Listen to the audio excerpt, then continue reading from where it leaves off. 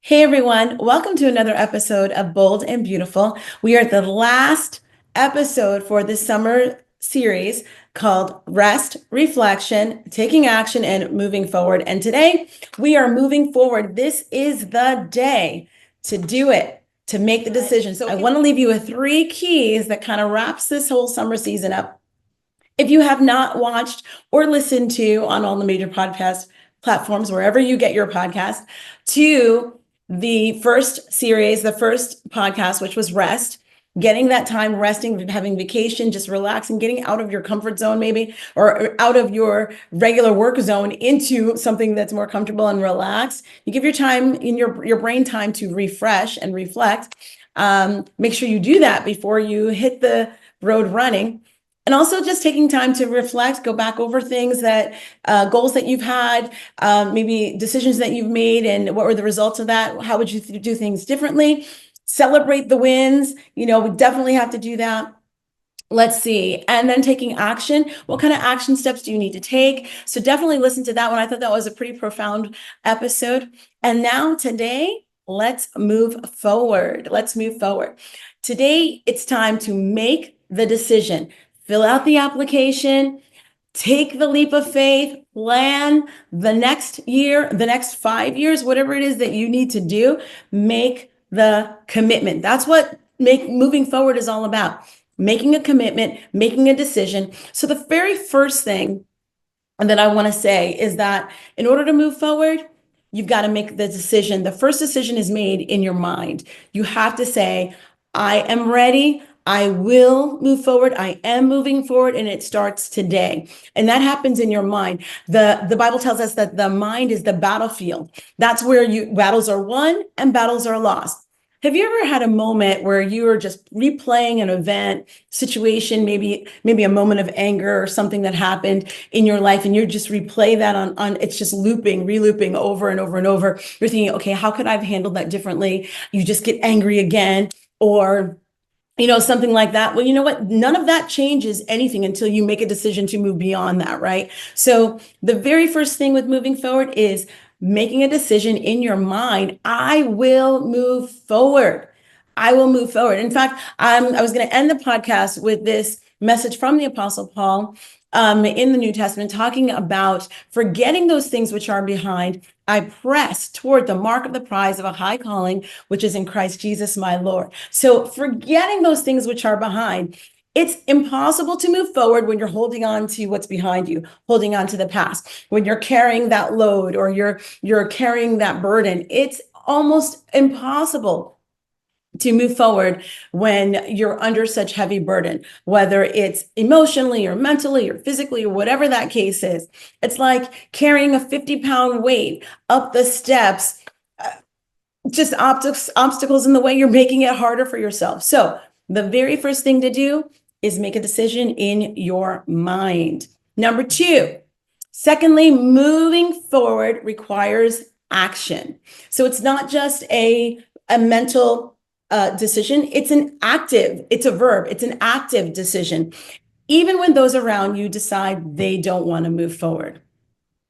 Interesting, right? So think about your sphere of influence. Think about those who are around you. And sometimes I know I've been in this situation before where I thought, okay, when everybody's on the same page, when we all get together, we'll move forward. Well, that may not be the case. That may not always happen when everyone around you, your closest confidants are all on the same page. God gives us seasons. We can't make all of our decisions based on somebody else, and vice versa. So especially those that are important to your, especially those decisions that need to be made to move you to the next level or to take you into the next season. Sometimes it's a lonely road, okay? And so we can't really depend that everyone around us will move in that same capacity. I'll give you an example. many years ago, many years ago now. Oh my goodness, it's probably been 20, 25 years ago, I guess, for me. My husband he was doing some things in ministry. And of course, I was helping him and doing some things in ministry. And he was at a point where he had to make some decisions and he had to decide, okay, where will I go next? And I couldn't push him. He had to do his own thing and kind of come up with that. But then I also had to understand that I was a person. I am a person without my husband. Not that we were apart in any way, but I had to make decisions of what I was going to do in that season. What was God wanting from me? What was God wanting me to do? What steps was I supposed to be taking in that, besides waiting? Okay, because of course we're a team, we move together, we do things together, but there are some times when God says, I require this of you and you alone. And I know that's what God was talking to my husband about. So I had to figure out, okay, so where does that leave me? And so the Lord took me, and this has probably happened a couple of times. The Lord took me on a journey where I had to say, okay, Lord, I submit my heart and my mind to you, and what all my plans, whatever I'm thinking, whatever, have your way with me. Give me the path, give me the journey forward, give me the next steps. Lord, I'll move wherever you tell me to move, wherever we go. And I believe at that particular time, the Lord opened up a door for me to do some prison ministry, which I was really excited about.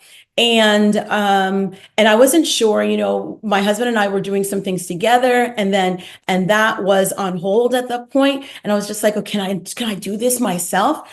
Of course. But in my mind, I was thinking, no, I had to wait to see what was going to happen with the ministry ventures that my husband and I were doing. And the Lord said, well, I'm opening this door for you because I'm wanting to do something in your life specifically. And then that came full circle. But anyway, I got out there. I started the prison ministry with women in our local jail. And it was super exciting. And then that kind of came full circle. And I did some prison ministry with my husband as well. So, I mean, it was wonderful. And God did a major thing in my life, opened my eyes to so many different things. And I was able to help so many different women come to the Lord and know Jesus and receive healing and deliverance. And it was just awesome.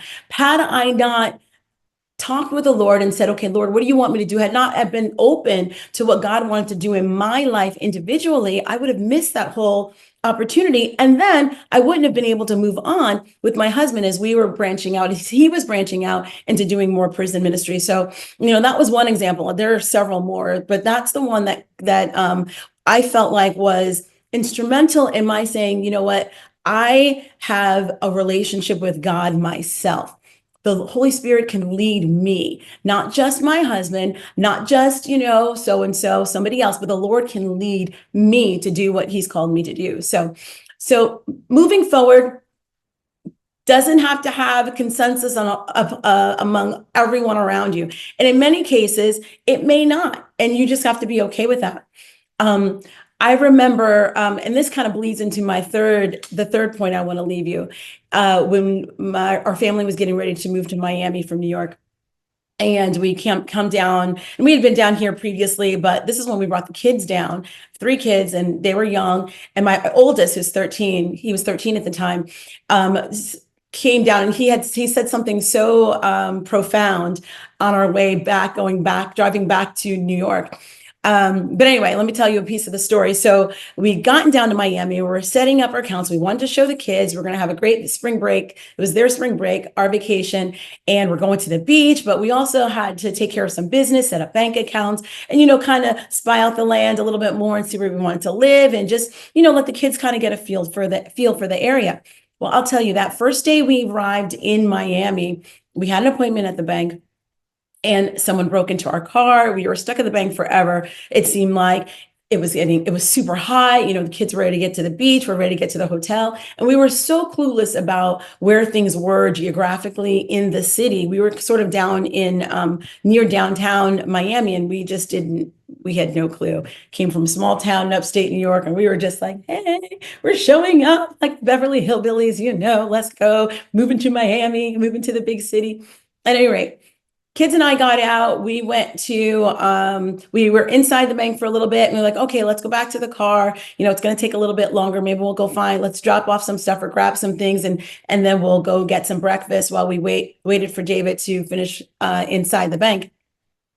And we realized that somebody broke into our car, into our van, full of stuff. We had electronics, we had all of our luggage, we had everything. I'm literally the Beverly Hillbillies, okay? We had everything. And someone smashed the window and we were just like, oh, where are we?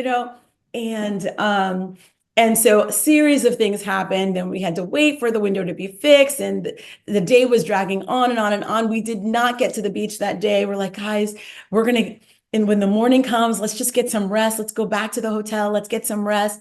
And in the morning, we're going to hit the beach and we'll see what else Miami has to offer. Don't worry, it's going to be all right. Well, we had a great time, but it was still sort of that bitter taste from our first experience as a family in the city. And on our drive back home to New York, the kids said, Dad, so we're not going to move here, right? Because it's way too dangerous. There's no way we can survive. Who would want to live here? As they're asking my husband these questions, he starts explaining the story of Joshua and Caleb as they go to spy out the land that God sent them to. And my oldest says, okay, guys, let me pause the story here.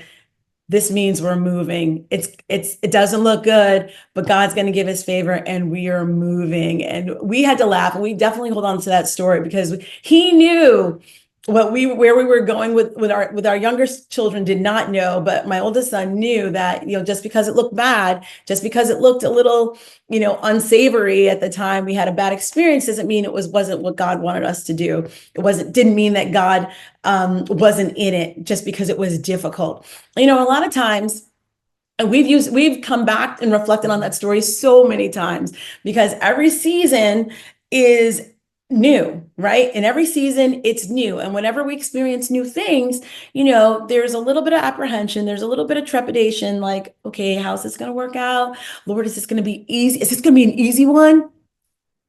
How many of y'all out there say that it's not likely if God is taking you to a new season, it's something you haven't seen or done before, and God is going to require a little bit more of you. God is going to say, okay, trust me a little bit more, have a little bit more faith. Let's go a little bit further. Let's go a little bit higher. We're on this together and yay. Okay, so many cases, we don't know the whole picture. We don't see the whole picture and it's difficult. It takes faith.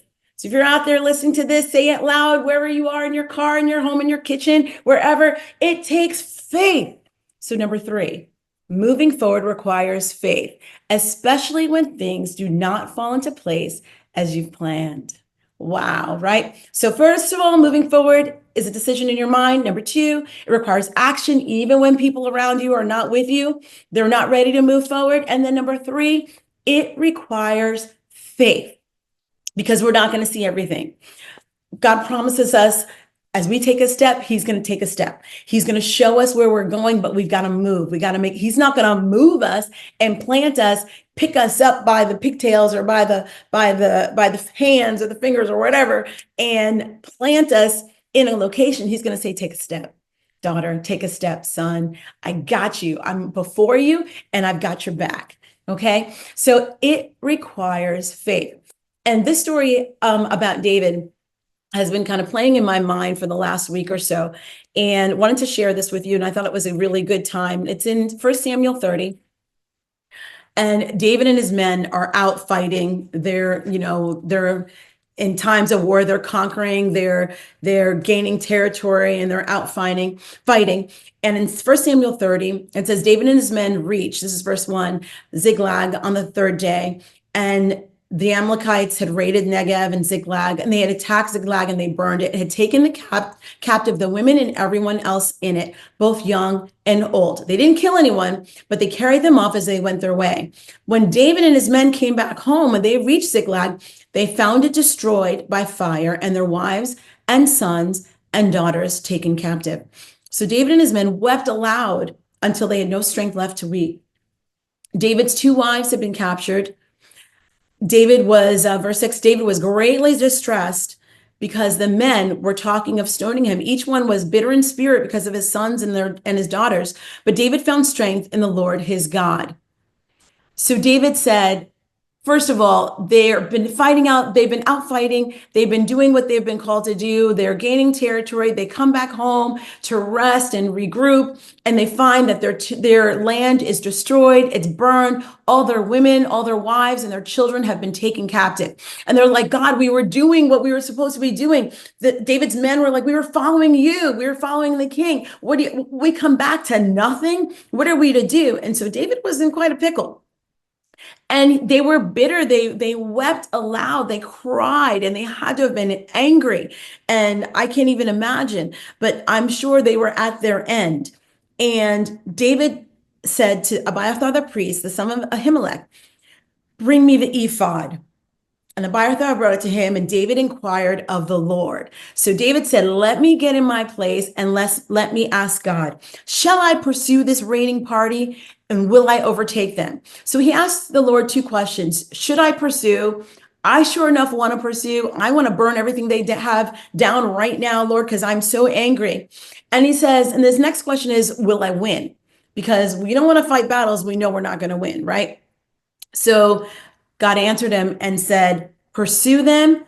You will certainly overtake them and succeed in the rescue. Next, David and the 600 men with him came to Besor Valley, where some stayed behind. I'm going to skip down to verse 17. David fought them from dusk until evening of the next day, and none of them got away, except 400 young men who rode off on camels and fled. David recovered everything the Amalekites had taken, including his two wives. Nothing was missing, young or old, boy or girl, plunder or anything else they had taken. David brought everything back. What's our lesson in this? Moving forward requires faith. It may look like everything around you is falling apart. It may look like nothing is working out like you planned. Remember, every season, every new season requires new sacrifice. Every new season requires new things that you do not know. But as I said in the beginning of the podcast, the Apostle Paul reminded us to forget those things which are behind, but move forward. So what the Lord has done before us, we have to say, okay, God, I'm going to add that to my faith storage. I'm going to say, God, you brought me out of this into this, out of one thing into the next thing, to the next season, to the next season, to the next season. I will trust you with this season, and I will move forward because I have faith that you are going to lead me on. David and his men came back to a destroyed village. Their households were, a mess. They were burned. Their wives, their children were taken. And God said, go ahead, go back and get your stuff. Go back and recover your family. Go back and recover everything that was stolen. Go back because I've given you power to overcome. So I want to encourage you today, short podcast, but I hope it's a powerful reminder that what you're doing now doesn't matter if it's difficult, doesn't matter if it's challenging. Have faith. God will make you and cause you to be successful. He will cause you to prosper. He will cause you to move forward. Your end is greater than your beginning. He is for you. And if God is for you, who can be against you? All right. That's an awesome word. We have faith today. So look at yourself in the mirror or say to yourself in the car, wherever it is that you're listening to this podcast, and say, I have the faith of God. I have faith like David, who inquired of the Lord and said, I am going to pursue and overtake and overcome. And that's what we're going to do in this season. Yes. So the rest of 2025, here we come. Go out there and be bold and beautiful because God's got you. Hey, if you caught this week's podcast, the last series of our summer series, thank you so much for joining me. If you have not liked and subscribed, make sure you go to YouTube at Bold and Beautiful Life and go ahead and hit that bell button, that like button, that subscribe button, and add it, share it with a friend. If you're on social media, I'm at Kia Cordeaux on Instagram, on Twitter, or rather X, and Facebook.